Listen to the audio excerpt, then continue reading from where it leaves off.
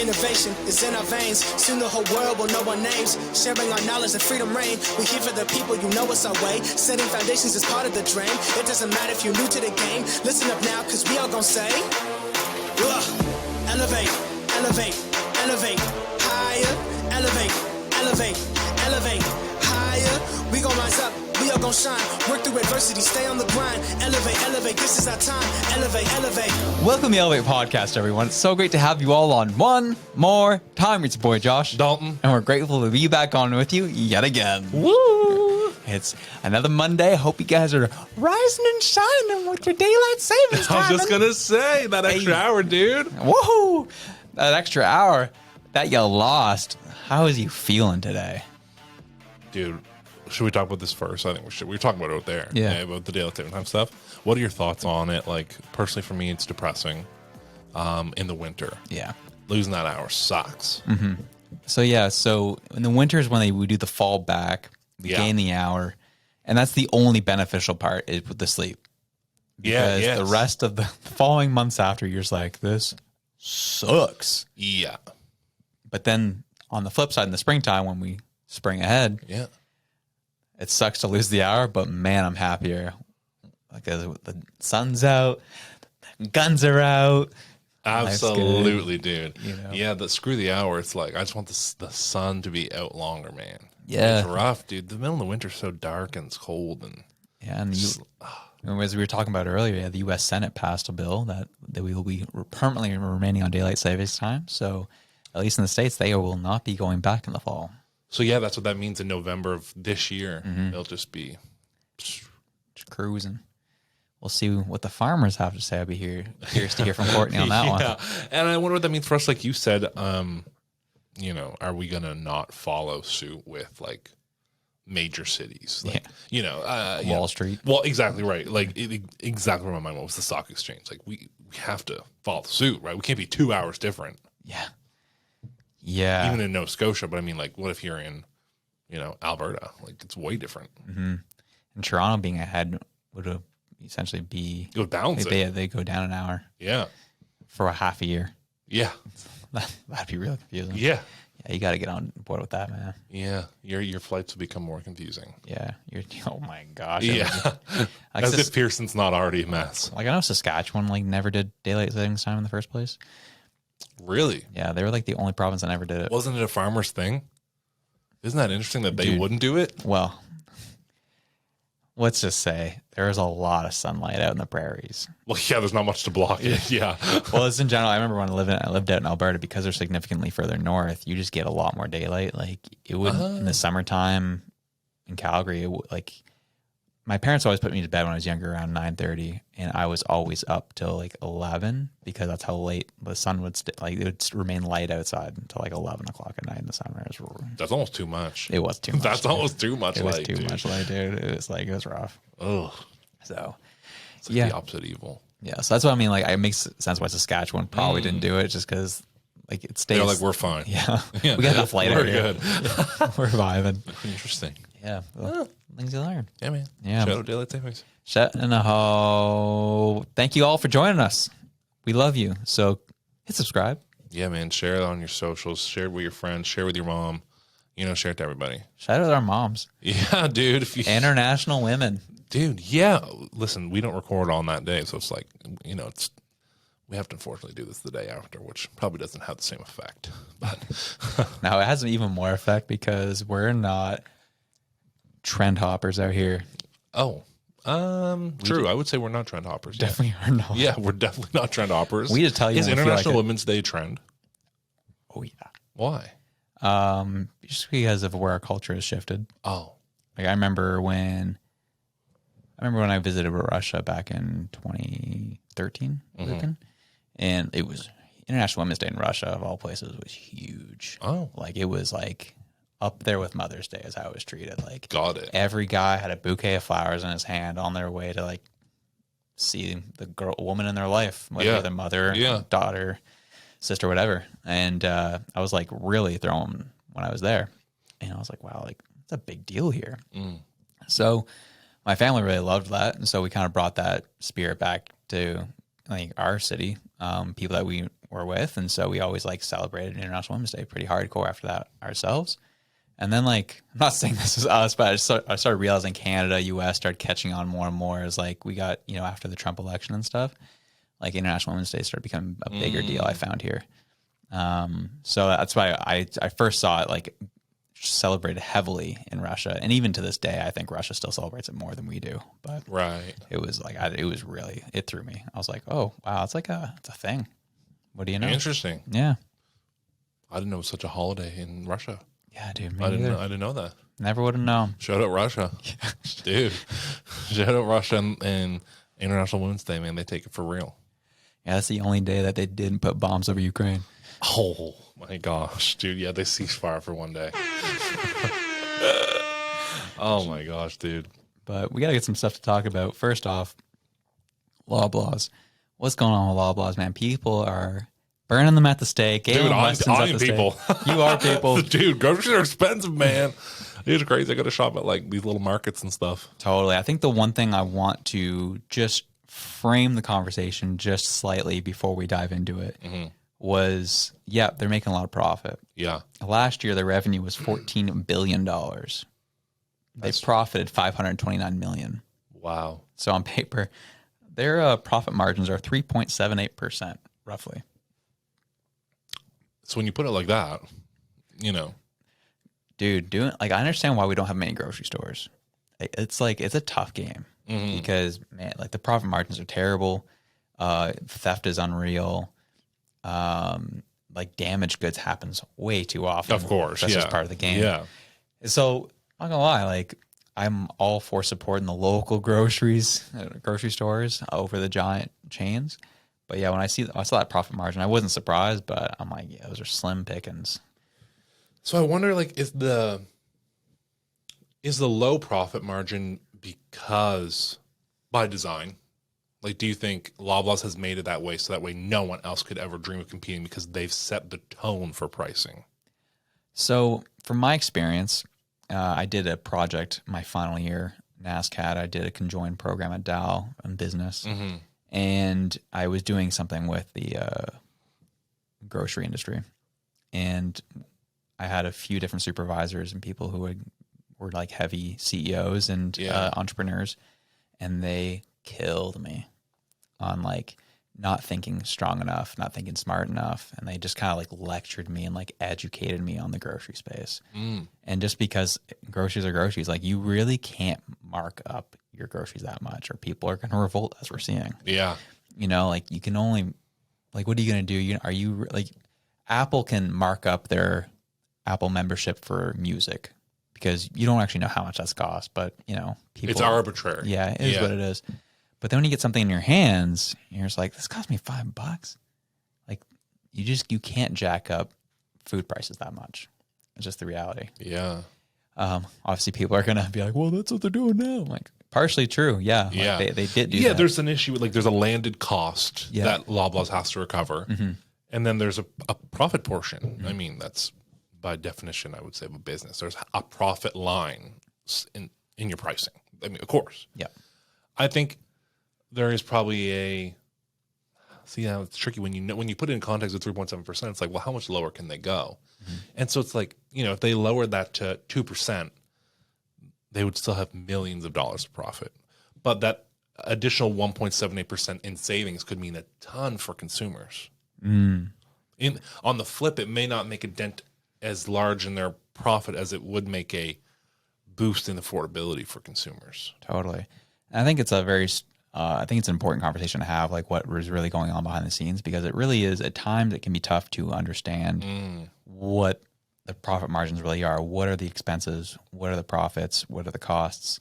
Yeah. And like even the CBC article, like this tweet that we came across was obviously taking a shot at it because like it was a bit of a dishonest headline. They just they plopped up the big hard number that's going to get people fired up. Right. Loblaw earns, like, they even sell. Is that actually the real name? Or was that a misprint? Loblaw. Unimportant. Curious. But I think it is. I think they got it wrong. Yeah. I think so too. But yeah, Loblaws earns $529 million in Q4 profits as Canadians struggle with rising food prices. So you see $529 million right now when Canadians are, for all intents and purposes, broke. You're like, What happens in that second? Screw Look you. at that second line. of what? The company says it The earned article, second paragraph. the company says it earned a profit available to common shareholders of $529 million. Its fourth quarter revenue rose about 10% to $14.01 billion from the same period last year, topping estimates of $13.75 billion. So my problem with that is it's like headline readers, right? Like they give you the truth in the second paragraph, but they're planning on you not actually reading that far. But there's something to be said though. Like I'm trying, again, I want to frame this in such a way so we actually know what we're talking about before we kind of start getting critical of it. Absolutely. So people are aware. Yeah. Like, the revenue is increasing 13.75 billion to 14 billion. That's a significant increase, 10%. Yeah, definitely. And on an adjusted basis, Loblaws has earned 1.76 cents per share, beating analyst expectations of 1.71 per share. So that's something to think about too. They're performing well as a company, basically. Yeah. That's what that means. That's a strong company from a financial standpoint. Exactly. And usually when publicly traded companies are subjected to their shareholders, Yep. that's something to look at too. And that's what people are having a frustration with is they are making money on a necessity of people. And so this is where the moral dilemma comes in. Absolutely. How do we feel about that? Companies, still scraping out 3.78% of profit margins, but people are really struggling in terms of their pocketbooks. What's the issue? Who's the bad guy? Who's the good guy? I know. So there's it's multifaceted because, at 3.78% margins, those are razor thin, essentially. One knock could make that $500 million close to zero. If there was any sort of, I guess the word would be like bump in the road or something, that could, obviously have a really negative effect, which in turn would just increase the cost of groceries. And then there begs another question, which is on those razor thin margins, is the issue what people are being paid? Are people, maybe the issue is with minimum wage, or maybe there's an issue with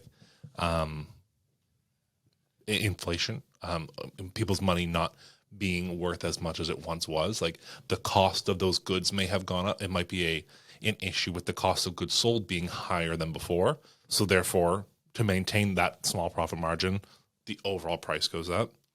Or in my opinion, it seems like it's an issue of all of that combined.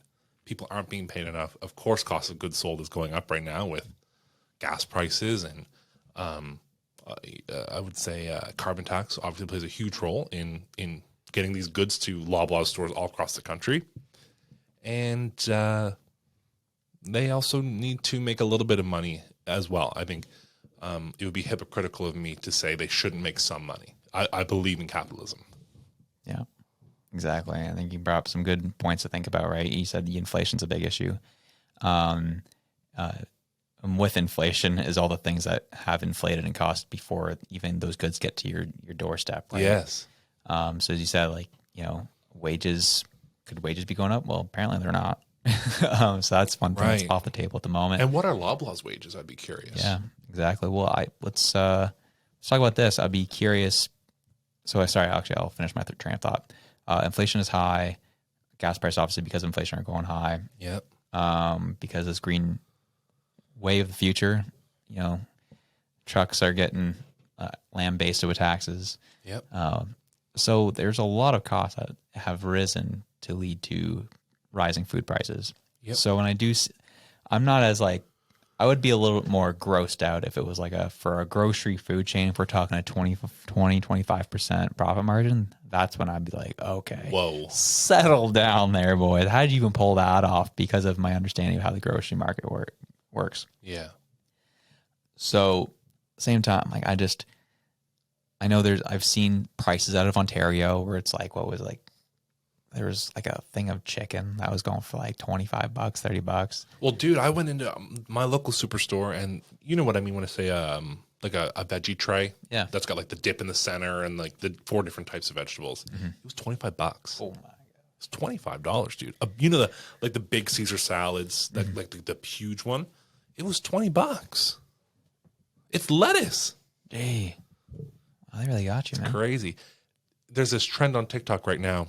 I think it's called masubi, if I'm not mistaken, which is fried spam with hoisin rice in nori. So it's an Asian dish. Right. It's like huge right now. It's trending. And I was like, oh my gosh, well, I want to try that. Like, why not? I'll go get a can of spam. Like, it's like $1, right? Like, I'll buy one can. It's like $1.50 maybe after tax. I was like, I'll just go to Shoppers, a Loblaw company.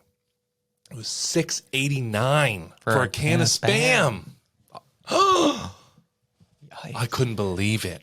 I said to Hannah, I was like, were these not $1 when we were like, I swear those were like $1. Cheap meal with spam. Yeah, it was the go-to meal for people who were. I was poor. I was eating spam, dog. Yeah, true. What do you mean? Yeah, there it is. It's call it like it is. That's what it was for. That's what it was for. And a purpose it served. I mean, it goes back to even when I think back to the Great Depression. You know, that was the big thing was the tomato soup. Right, like a canned product. Yeah. It wasn't, that. But even so, like people didn't even have the money for that. Oh. What they would do, especially those who were living in the ghettos, they would just take a thing of ketchup, throw it in some hot water. That was their tomato soup. Right. That's what they were doing back in then. And that's kind of where we're starting to trend down to. Well, even my grandfather talks about powdered milk. Like they were not buying milk. They were buying powdered milk. That was all they had mixed with water. Yeah. And so it's like when people can't even buy what once was, I would say like the affordable options, you know, which were like sidekicks, craft dinner, you know, things like that, canned soup, like just affordable food that, yeah, the quality of course is not there, but you can feed your family at least. Like your family's fed, which is important. It's not even affordable now. It's not even affordable now. Yeah, it has led me to. It's happened to me, I think, on 2 occasions now, where like you know I'm feeling the pinch as a lot of people are, but there's only probably twice that were like it got to the counter and they scanned it and I was like, no, I don't think I'm doing that one. It was I was getting a tray of muffins, 6 muffins. Usually, I remember back in the day, like I've been buying them for a bit. It was like $4 or $5. Right. I could try them. I remember I was checking out Sobeys. Because there is a level of convenience for having your muffins made for you. Exactly. It was scanned, and there's like, yeah, that'll be a $9.50. I was like, I let it an audible ho, and the way's like, yeah, sorry. I'm like, sorry. I'm not like directing that at you. I think that was just my first time where I was like, oh, that's a lot of money. Like I usually am not like that when it comes to like my grocery shopping, but that was the first time where even I was like, yeah, we're not gonna continue with that purchase. No. Oh, because there comes a certain point where like the muffin mix is just more cheap. It's more reasonable. Yeah. But then you have to go make muffin. Like, so you have to be willing to spend, how much are you willing to spend on convenience right now as well? Yeah. Trust me. Right now may not be a convenient time. No. I mean, we talked about it a couple weeks ago, I think, at this point, about how I stopped going to restaurants in the city because it's getting so bonkers. Yeah. But yeah, but then here I am. Went out with some coworkers last night. Oh, where'd you go? Went to Stillwell. Love Stillwell. Yeah, Stillwell's, they're pretty dope. Yeah, good time. I love Stillwell. But even them, or like the sandwich comes out, and I was like, this is it gave me similar feelings to even how I got the Gahan house, where I was like, oh, it's a little smaller than it used to be. Oh, it's a little more expensive than it used to be, right? And you're just like, oh, I told myself I was going to stop doing this. Shoot, here I am again. I know, dude. There was somewhere I was the other day. I can't remember where. It was like those grocery store meals. Like, you know what I mean? You go get like chicken tenders and taters or something. Like the $5 tendies meal. and taters. Yeah, you know, like the $5 meal. Or you go get like the sushi that's in the superstore. Like just that prepackaged stuff. Even that is like out of control now. It's like, but still more affordable than going somewhere like KFC or McDonald's right now, because even somewhere like McDonald's is not cheap right now. I would say compared to what I remember, like if I would go get a Big Mac 3 years ago, it was like, I feel like it was $9. and now it's like $11.50, $12, and it's a Big Mac. Like, it's like you're not eating the creme de la creme of food, you know. Yeah, I mean, just for kicks today, I tried buying a Big Mac and a small fry. Oh yeah, and now mortgage your home. Yeah, that one. Yeah, like that one. Just the Big Mac and the small fry that came to about, I think it was $10.50 without the drink. Without the drink, no drink, dude. So. Because they want you to buy the combo, right? Yeah, movie theaters are like horrible. I went to the movie theater a couple weeks ago, I think, to watch Cocaine Bear because I just had to. Of course. How was it? Yeah. Oh, I mean, it was less. It is what it is. Oh no, it was less Cocaine Bear than I wanted it to be. Right. Like, I came to see the Cocaine Bear and then it disappeared in the third act. I'm like, oh, come on. That really? Oh, it's They like make it seem barely so. there. Oh wow, The trailer is more Cocaine Bear than the actual movie. But what a shame. They doesn't have the CGI budget. But yeah, my buddy and I was like, oh, let's buy snacks before the movie because it's cheaper. So we went to the dollar store right above like Park Lane. Yes. So we buy snacks. And they're like, okay, let's get a drink in the movie theater. $7 for fountain pop. $7 for a drink. Isn't the like math on a glass of fountain pop like cents? Oh yeah, it's pennies. It's pennies, right? $7. So I was robbed. Dude. Completely robbed. Well, I was at the Thunderbirds game, and I went to the place where they sell beer, the whatever first one I saw, and they had a Bud Light one and an Alexander Keith one. I was like, I'll have Bud Light, and they're like, no, we don't have that. There was a full sign. I was like, okay, well, I'll have the Keith, and they're like, yeah, we can do that. And they pour it, and it's like crappy warm beer with. I was like, oh. The person pouring it's got the cup here, and they're like, "No, oh, dude, it was just pouring it right." It was awful. And then they were like, "And it's $13." And I was like, "And I gave you half a beer." What? $13 for a lukewarm, crappy beer? $13? Yeah. Yikes! Honestly, I'll be honest. When I buy beers at Thunderbirds games, I don't even look at the price because it doesn't make me feel bad. Yeah. I after that, I was like, I can't drink another one of those beers. It was like eating a loaf of bread. It was disgusting. The beer was not good. Gee. But it's expensive now, and it's like, yeah, I know we kind of got off Loblaws here, but it's like, it just seems like everywhere you're going, it's expensive. But to bring it back to Loblaws, in that the whole Shoppers Drug Mart thing is they have so many different chains you can go to, and what I'm starting to sense is they're wanting me to go to Superstore, in that everything at Shoppers Drug Mart seems as though it's priced because it's convenient. They're located more frequently around the city than a Superstore. They're easier to get to, but it's the same products. Like, but they're like $1 more at Shoppers Drug Mart, and I wonder how many people are losing out on savings because they're buying from a place like Shoppers or Lawton's or what I would call like a secondary store, like not your primary grocery store, but it all still funnels to Loblaws. Mm-hmm. Yeah, I mean, the strategic pricing too, right? As you said, like they're just in more convenient locations, so people can usually walk to those areas. Definitely. And pick something up. Yeah. Whereas like a lot of these grocery stores, for a lot of people, aren't like walkable. So that's just not going to happen. And then the other thing that goes through my mind is, we've let our groceries become a publicly traded commodity, essentially, because, you're buying your groceries through Sobeys or Loblaws. Where else are you really buying groceries? And then those parent companies include your, independent grocers. They include your co-ops. Those are all brands owned by one of those two conglomerations. And it would be Empire Group that owns Sobeys. Used to. Who owns it now? Oh, sorry, my bad. No, you're right. They just sold off their movie theaters. Yeah, they sold those to Cineplex. That's what it was. Yeah, But bad. Empire is still the holding company for Sobeys, yeah. which is a publicly traded company. Mm-hmm. Loblaw is a publicly traded company. And when you let something that you rely on become a publicly traded company, well, I shouldn't say let, we didn't really let it, but when it becomes that, a publicly traded company exists for one purpose only, and that is to return a profit. Yeah. It is a machine programmed to return a profit. It does not care about anything else. No it's much more ruthless than a small business who lives and works in the community they serve, whose kids go to school in the community they serve. Like, we talk often about Arthur's, the one down on Hollis Street. That's a small grocer who is just owning their own business, trying to feed their family, like the people who are shopping there. So they have a reason to care. you know, Loblaws, they couldn't care less about you. They don't even know who we are. They would, and no one in those, you know, no one in those stores in a high position cares either.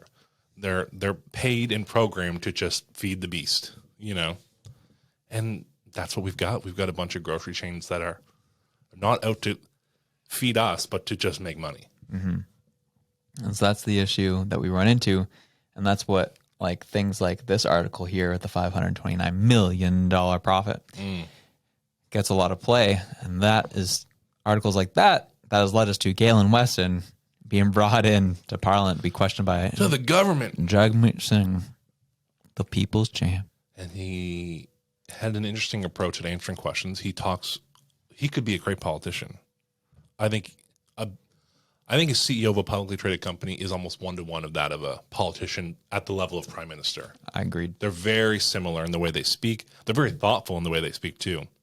I'm weary of people who take too long to answer a question, like Chrystia Freeland.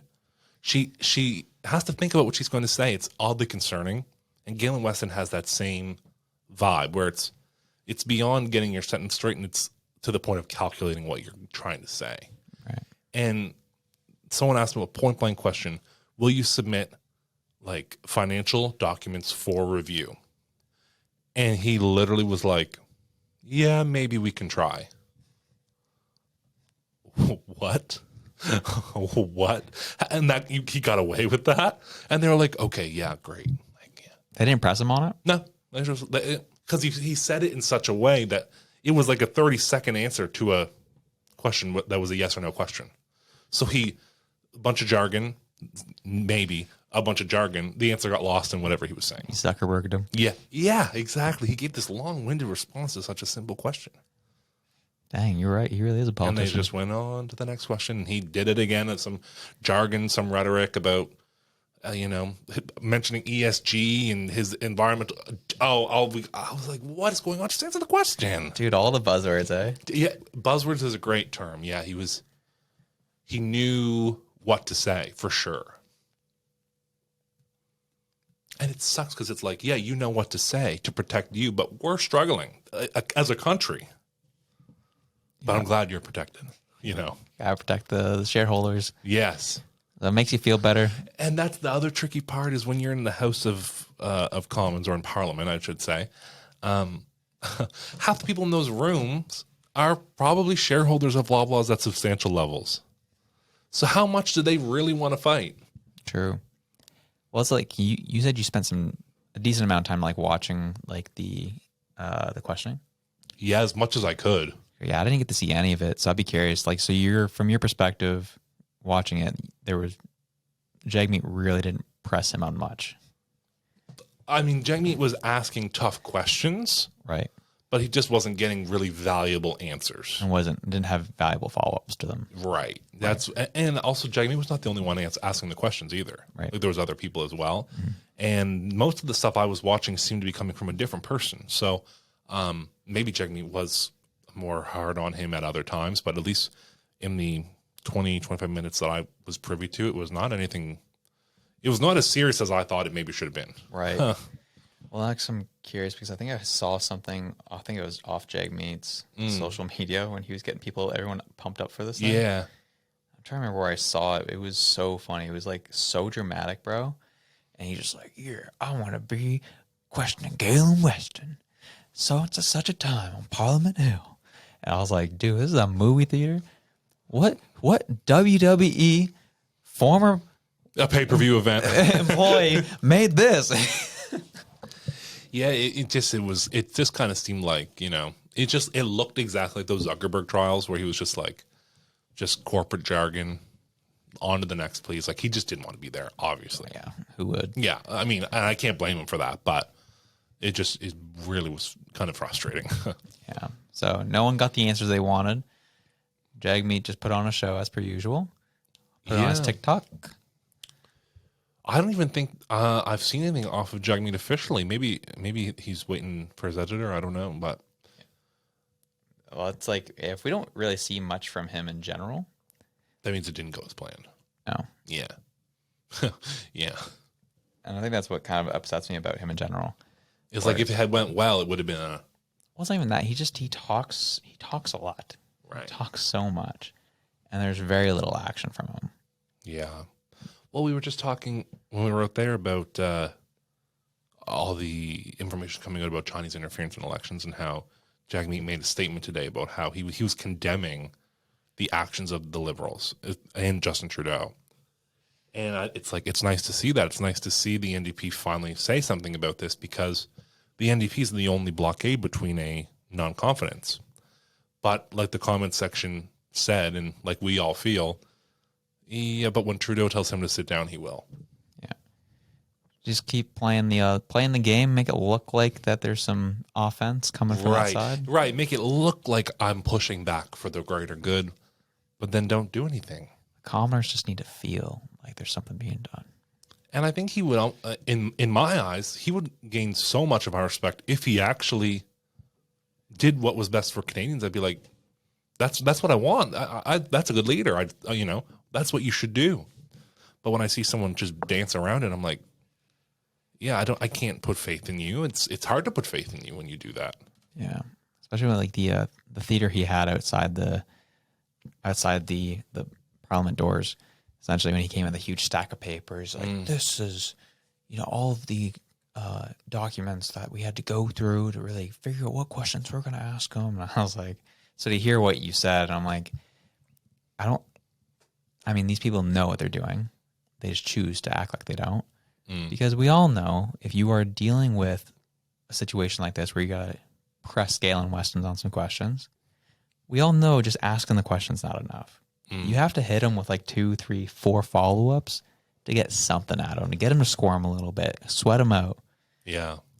All right, thanks for answering that question. Next. Yeah. It just allows him to reset, not get rattled, and do what he's doing. So, yeah. Yeah. And you can tell, like, Galen Weston's obviously pretty seasoned. He's running one of the biggest corporations in the country, so rightfully so. He's had his fair share of practice, I'd say. Yeah. So he's definitely a tough nut to crack, no matter what. Yep. Like, they're going up against someone who can, because he comes off as a very meek, sort of bleh kind of person. Like, he's not eccentric, he's not aggressive, he's not intense. He just kind of is. But he's running the biggest corporation in the country. Like, there's a cutthroat man in there for sure. He just doesn't show it, but there's a killer in there. You know what I mean? Totally. Yeah.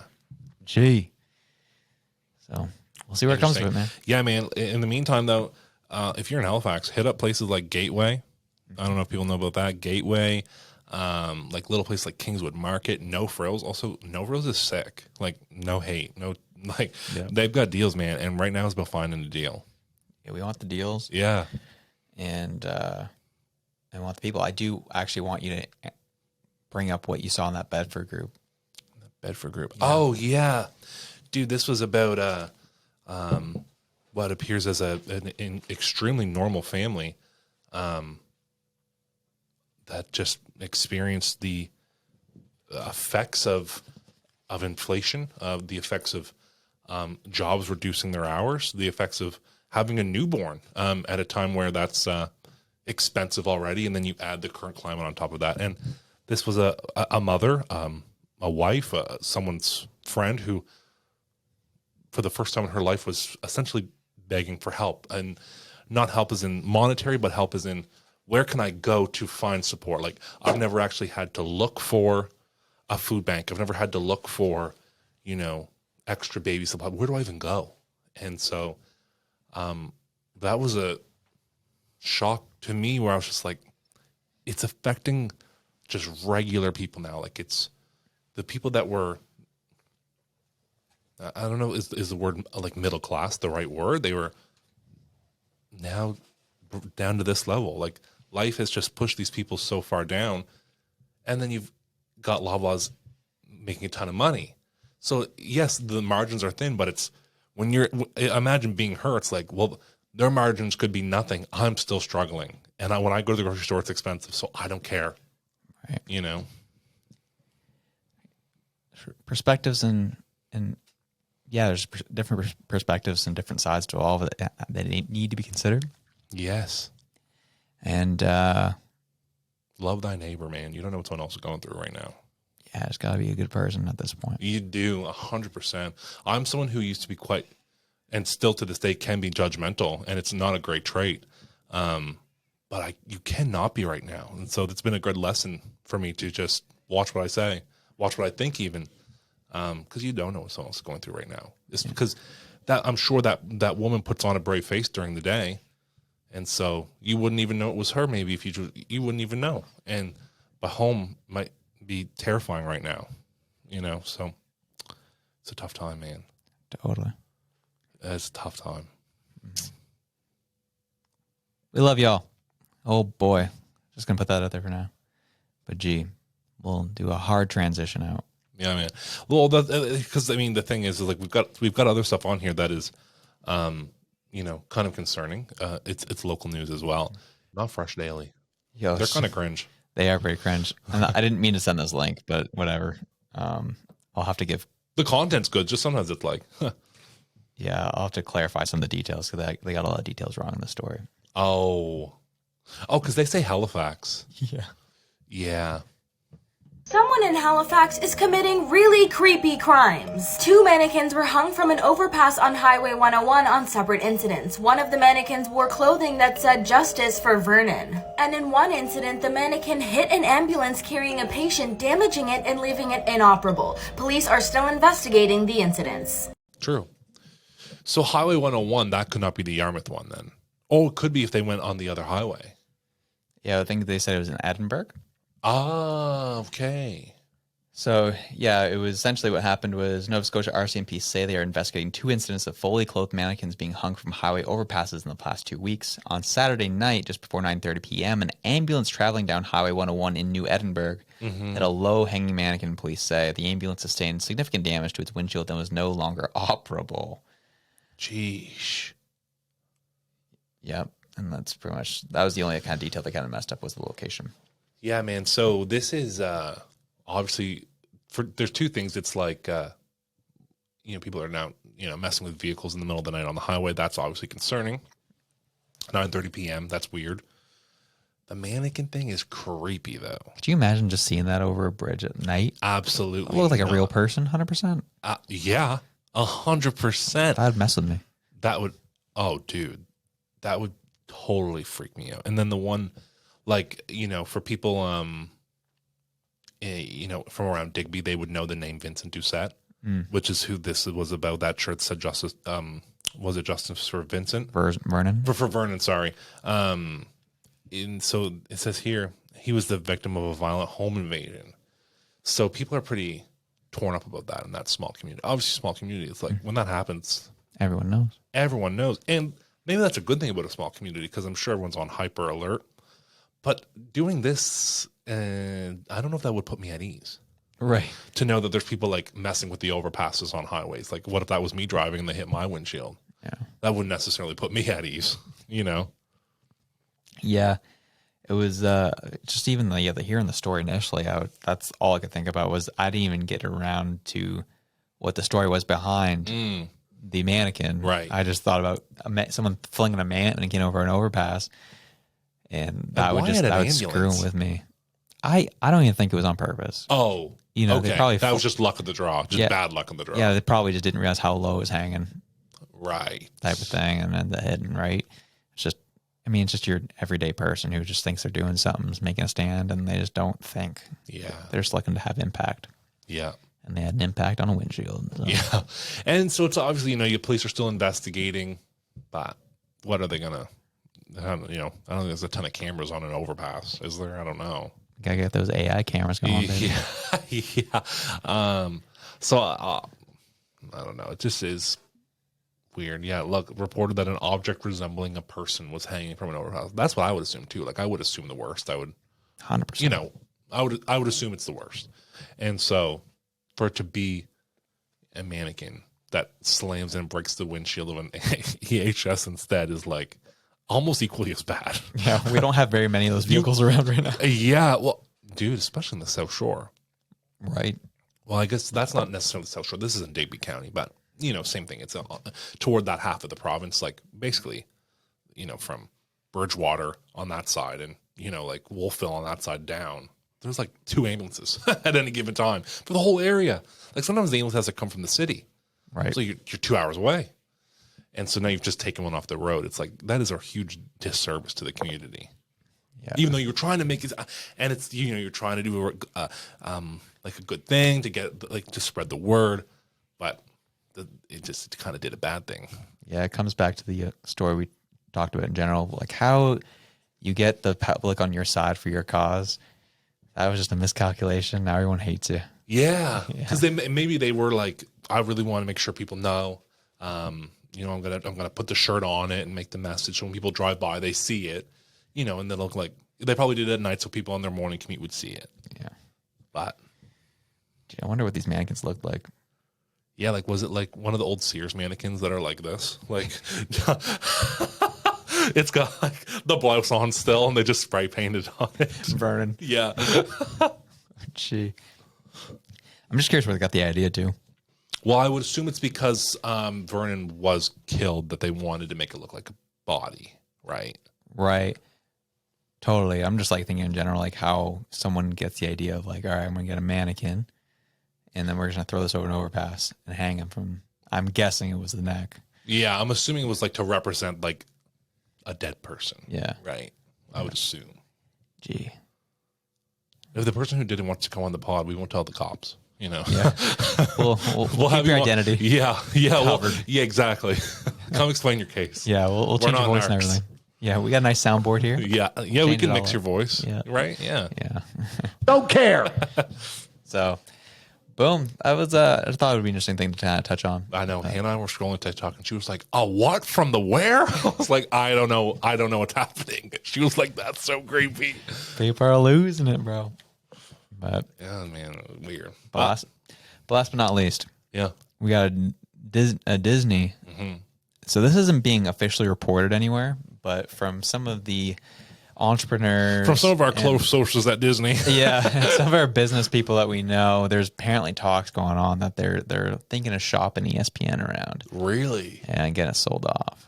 Already? That was short lived. Yeah, well, I mean, Bob Iger just came back on, right? And he's no business. He's all business and no plan. Right.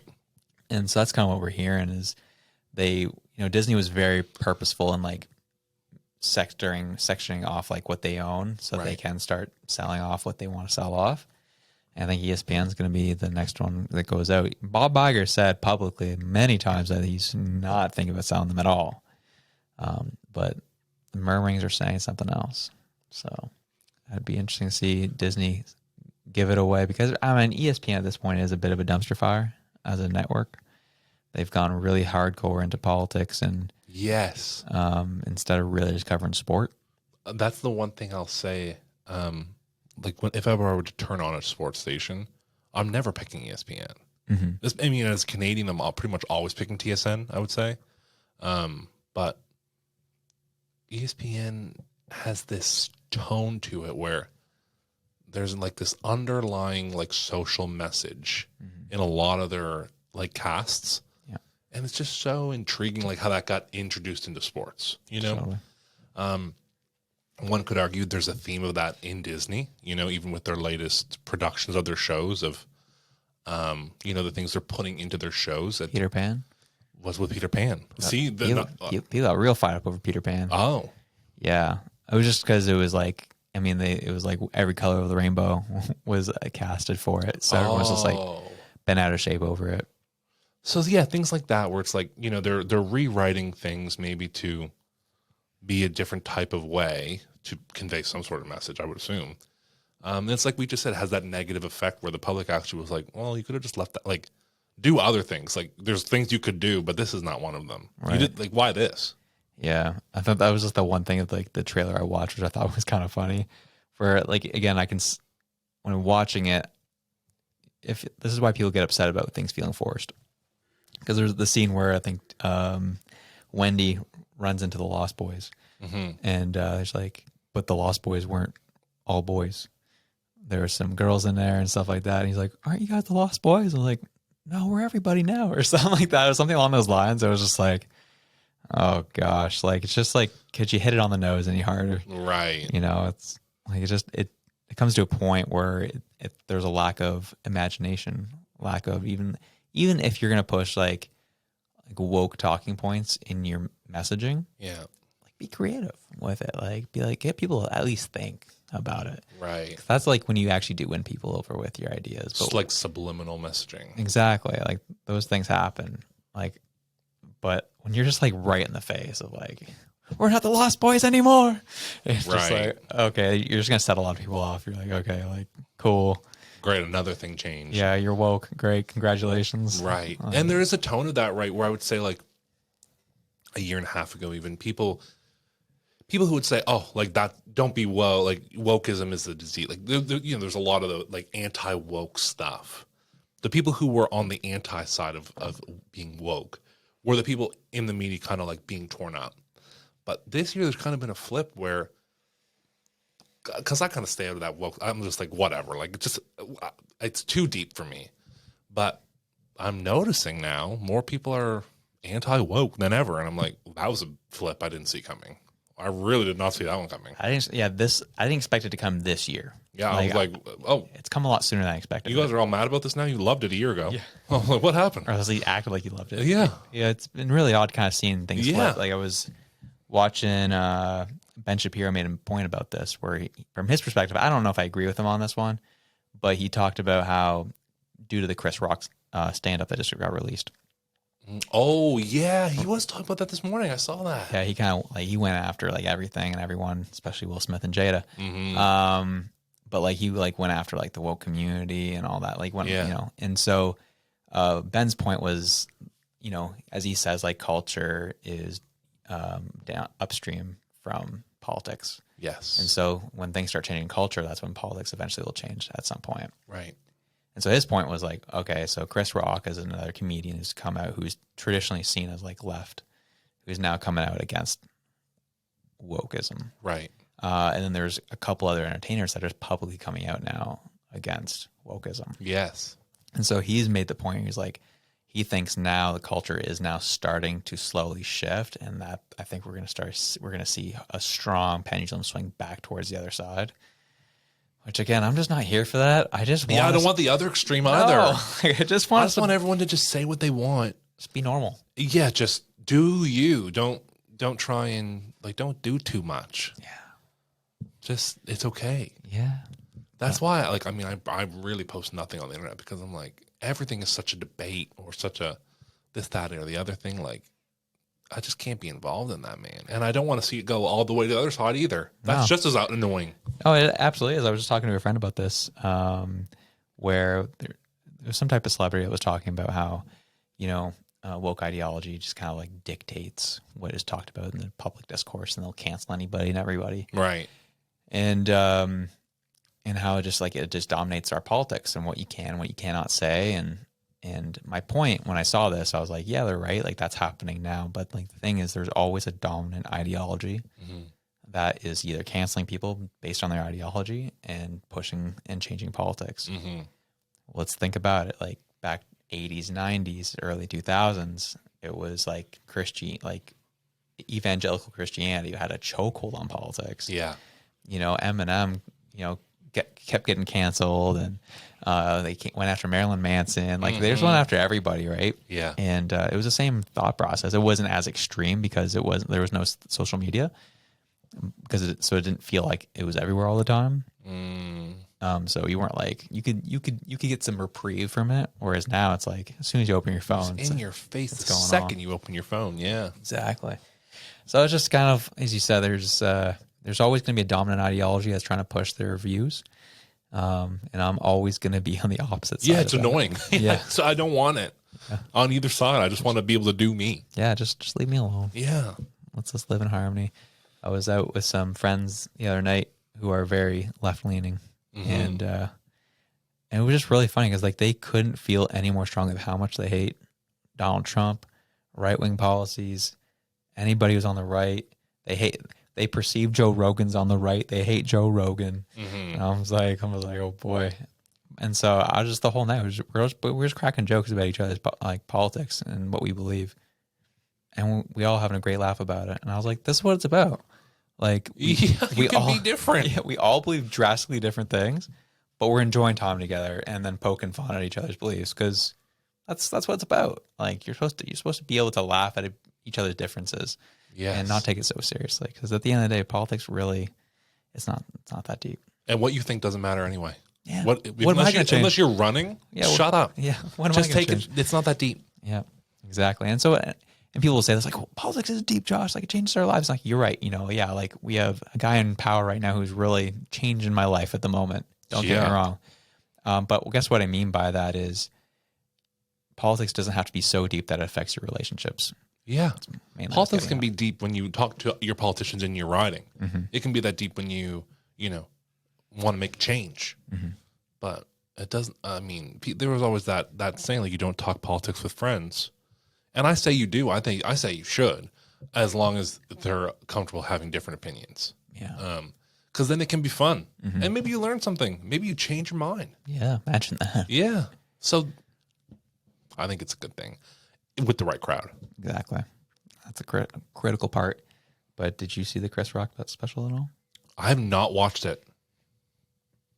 Gee. Oh. Yeah, he's no holds barred, baby. Oh, really? Yeah, it's interesting. Everyone said obviously there was an addressing of the Will Smith stuff in it. I just love that he waited a year to do it. A year. He's like, he let that stew. Yeah. It's funny because I saw some reactions online. It's like, oh man, just get over it already. This, that, the other. And I'm like, I don't think you guys really followed what happened. He said nothing about it for a year. He let it just sit. Like, remember he was on tour right after it happened. Everyone expected him to address it then. He's like, no. He even came out on stage. On stage, he said, I'm not going to talk about it.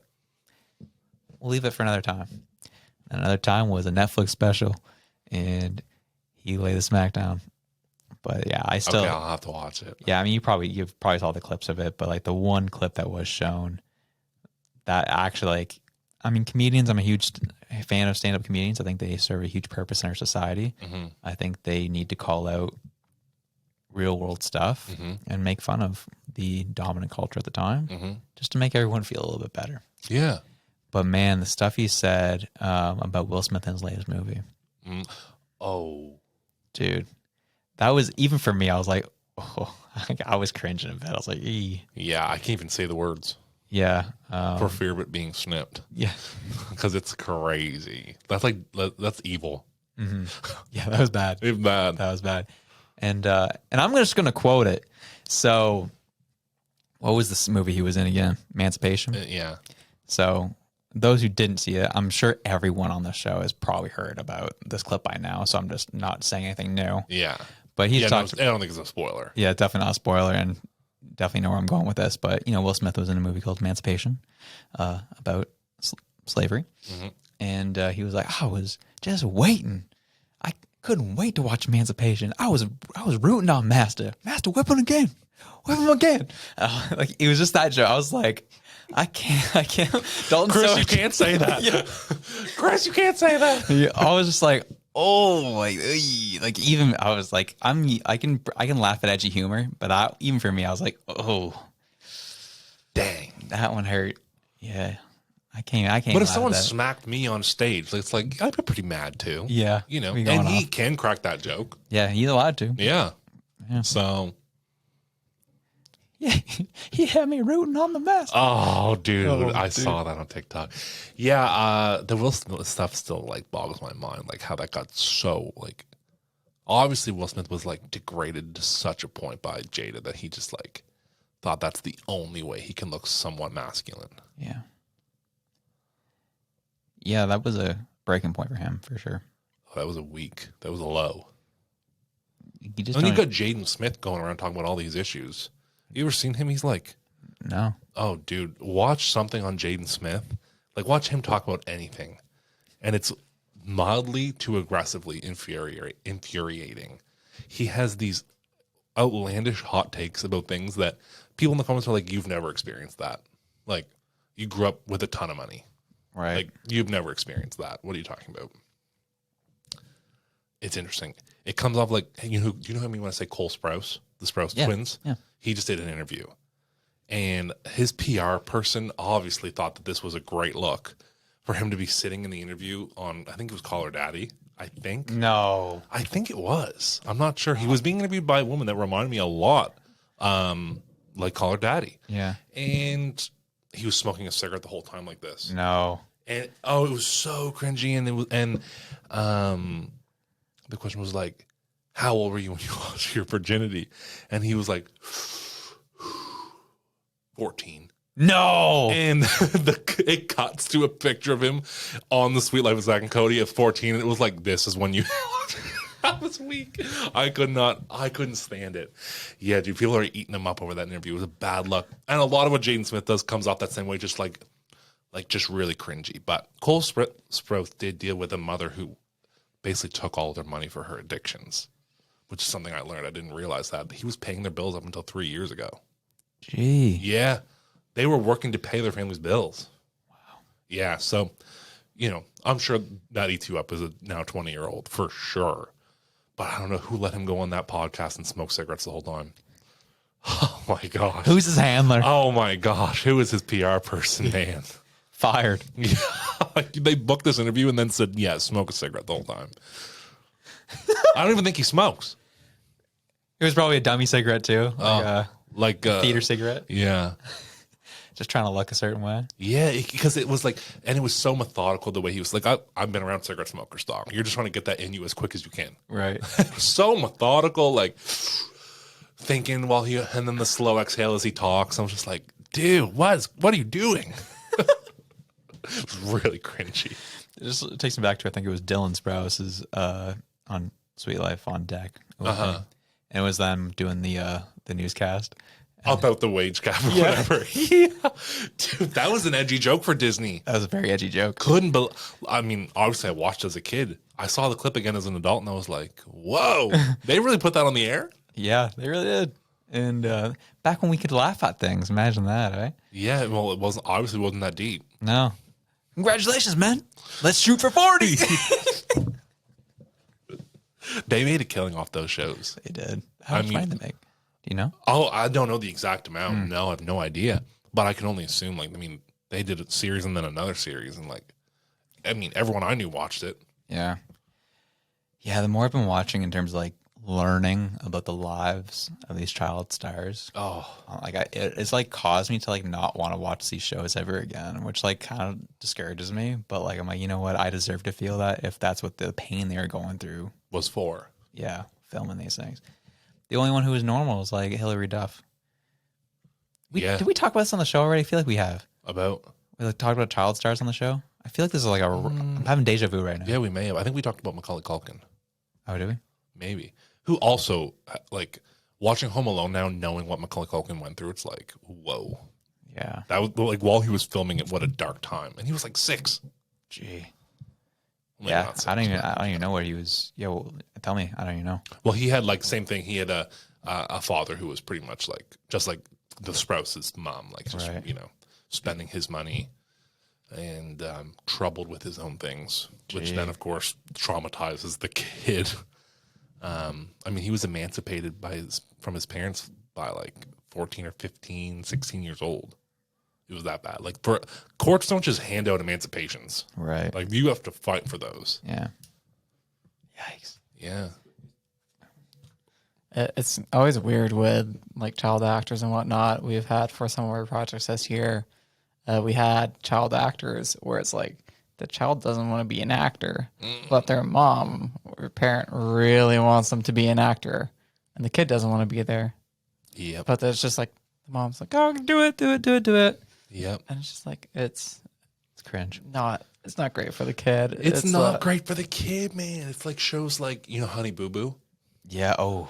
That girl, and now she's she's worked a lot on herself to maybe not be as traumatized as I'm sure she was. Well, I'm sure she's still traumatized, but she maybe has worked on it. And she taught she has a whole TikTok now talking about it. She had her legal guardianship is with her sister. The mom was addicted to all the types of drugs. The stepfather was a sexual predator to her sisters and maybe her, and it just nuts. And it shows Dance Moms. I actually haven't watched that one. Listen, I love a trashy TV show, and it's good. It's good TV. It's a crazy show, But it's just about, the show is about these moms fighting with Abby Lee Miller, the dance teacher. Meanwhile, these kids have to dance 7 days a week. Yo. They dance 7 days a week. She would make them miss school to dance. One of them became homeschooled so they could dance so much. They were 7. They were 7 years old, and they don't there's no residuals as a childhood actor, Right. Josh Peck. He gets no residuals from Drake and Josh. But Jason Nash, who was in one episode because he was an adult, gets residuals. But the show was about Drake and Josh. Yeah. It blows my mind, like the contracts these kids were signing. Apparently, Nickelodeon was a lot different than Disney, though. Disney may pay residuals, but I guess Nickelodeon is not about that. Nickelodeon was tough on childhood actors. I think this kind of just reflects the amount of exploitation that happens in Hollywood. Oh, it's like the biggest red flag, right? It was like Dan Schneider, right? Like he's got all kinds of stuff with like McCurdy. Oh, is that Jennifer? No, is he the girl from the secondary? Or so she was the one of the roles in iCarly. Yeah, yes. Yeah. I thought it was Jennifer. Is it Jennifer McCurdy? Oh yeah, you're right. And she wrote a book about I'm glad my mom died. Yeah. Yeah. Or something like that. No, I think that was the title. Was that the title? The title, yeah. Her story's crazy. Mm-hmm. Dude, Jeanette. That's it. Yeah. It's close enough. Jeanette. Mm-hmm. Yes. Yeah, dude. The whole time I grew up watching iCarly. Yeah. And now as an adult, watching her as an adult talk about how traumatizing that time of life was for her. Like when you see a title, I'm glad my mom's dead, you're like, whoa. Like, whoa. Yeah. That's a different level of, I guess, hate. Mm-hmm. Totally. And then Shia LaBeouf, another one. Yeah, Shia LaBeouf equally as traumatized. Dude, so there's a theme here where it's like, we're talking about these childhood actors. We named one that was okay. Mm-hmm. Hilary Duff. Yep. And it was, this is the weird thing about Nickelodeon, that it was a trend that people brought up. Mm-hmm. Drake and Josh was probably the only one that really was kind of an exception to this rule. Yeah. But what people discovered that the difference between the Disney shows and the Nickelodeon shows is the Nickelodeon shows, the show is primarily centered around kids, just kids. The parents weren't in the picture at all. Right. So it's allowed. Even iCarly. Yeah. The brother. Yeah. That's all that was. And so that allowed the producers and directors to kind of exploit these children a little bit more. Because there was less adults on scene. Exactly. And they could kind of do whatever they wanted. Dude. Yeah. Apparently that's sick. That was strategic from what I heard. That's disgusting. I mean, I have a lot of issues with Hollywood, and I mean, I'm going into film and not liking Hollywood. It isn't great, but it has so many issues. I mean, Weinstein, all of that stuff. There's so much corruption, just so much disgusting stuff coming out of Hollywood that, I mean, it's the reason people don't want to go to the Oscars and watch them. Yes. It's the reason they're going down in views. It's just so much stuff is coming out nowadays. I mean, the Me Too movement has been made drastic changes in kind of Hollywood and what's coming out in filmmaking. And it's so much exploitation going on. And even now I feel bad for kind of coming of age actors that we've seen in recent years, but they've been kind of just groomed into these roles of now becoming stars. You've been forced in this movie, that movie. And it's just, I don't like it. I feel uncomfortable just watching these constant pushes. And then these actors become big names and then they charge millions for movies when it's like, they don't even really get $300 million for a movie. Right? Yes. It's such a, lifestyle is not even the right word. It's such a, it's its own ecosystem, Hollywood. Right. It's its own planet. Mm-hmm. It was, it reminds me of the UFC fighter quote that started making its rounds on social media again this past week. It was from August. Yeah. But he was doing his post-fight interview. Mm-hmm. And he just got on a rampage, tirade. And he was like, and this one goes out to Jimmy Kimmel. Until those flight logs come out about Epstein's Island, all of you are pedos to me. See ya. He's gone. I was like, true. Yeah. Honestly, true. Because there are way too many connections between these elite Hollywood TV stars, movie stars, producers to pedophiles. They're all somehow interconnected with a pedophile. And we just keep watching it because we're like suckers for instant gratification. We're like, oh my God, a new movie. Yeah. Who cares? Yeah, we love our feelings. We love getting lost in like a world of escapism, which I mean, I think that's important, but that's why these things keep getting made. The support is there. But even for myself, man, like as I said earlier, I can't bring myself to watch any of these shows anymore. I just now hearing what's happened on this side of everything, I'm like, gee. It's hard to watch a show knowing that the person watching is putting on a brave face. It's like, it's hard to support that. Anyway. Totally, man. Ugh. Greasy Hollywood, man. What a wild time. Well, join us again next week. Or sorry, Thursday. Thursday. Don't forget that. Jay, my bad. That's hard to get used to. I know. Dude. Yeah, but yeah, Thursday. Don't forget to join us. We'll have another bombshell episode. We'll be getting into another big case that's taking place. A local case, dude. Yeah. We love local. We're going to get into all the spice in this. So whatever it is you're doing, whether you be watching Even Stevens. Oh, throwing bodies over the highway. Shooting a movie. Whatever it is you're doing. Wherever you are. We love you. We're out. Peace.